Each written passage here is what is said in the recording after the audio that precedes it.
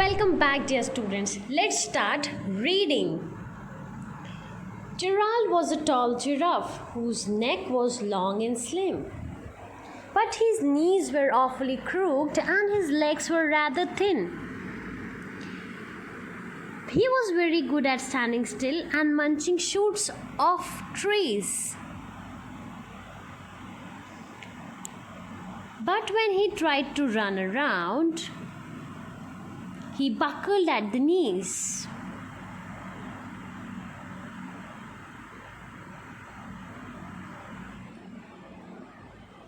Now, every year in Africa, they hold the jungle dance, where every single animal turns up to skip and prance.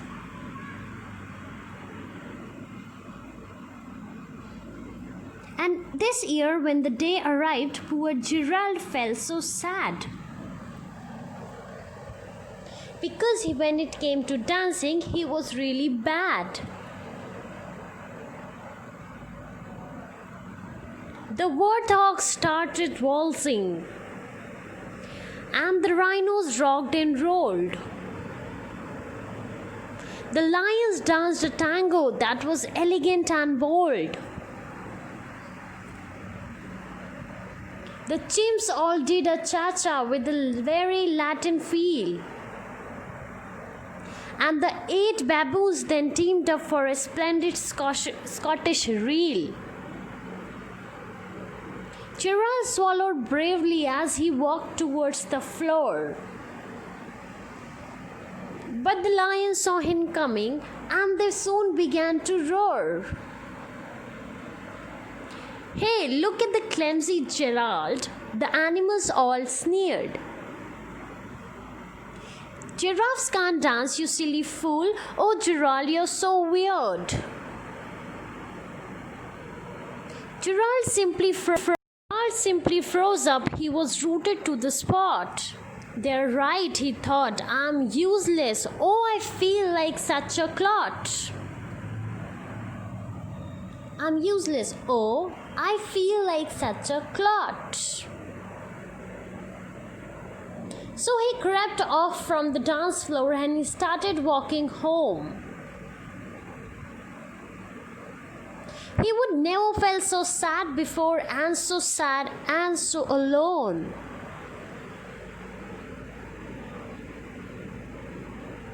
Then he found a little clearing and he looked up at the sky. "The moon can be so beautiful," he whispered with a sigh.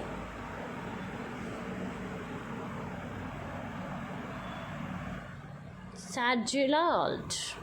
"Excuse me," coughed a cricket who had seen Gerald earlier on. But sometimes when you're different, you just need a different song. Listen to the swaying grass and listen to the trees. To me, the sweetest music is those branches in the breeze. So imagine that the lovely moon is playing just for you. Everything makes music if you really want it to." With that, the cricket smiled and picked up his violin.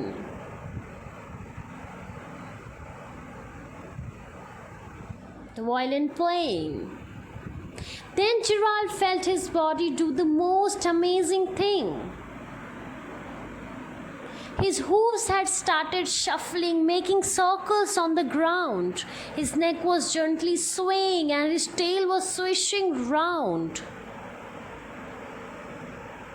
He threw his legs out sideways and he swung them everywhere. Then he did a backward somersault and leapt up in the air.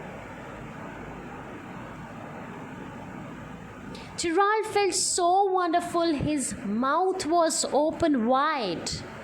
"I'm dancing, yes, I'm dancing," Gerald cried. Then one by one, each animal who had been there at the dance arrived while Gerald boogied on and watched him quite entranced. They shouted, "It's a miracle! We must be in a dream!" Gerald's the best ever dancer that we have ever seen. How did you learn to dance like that? Please, Gerald, tell us how. But Gerald simply twirled around and finished with a bow. Then he raised his head and looked up at the moon and the stars above. "We all can dance," he said, "when we find music that we love." With that, our reading class ends. Thank you.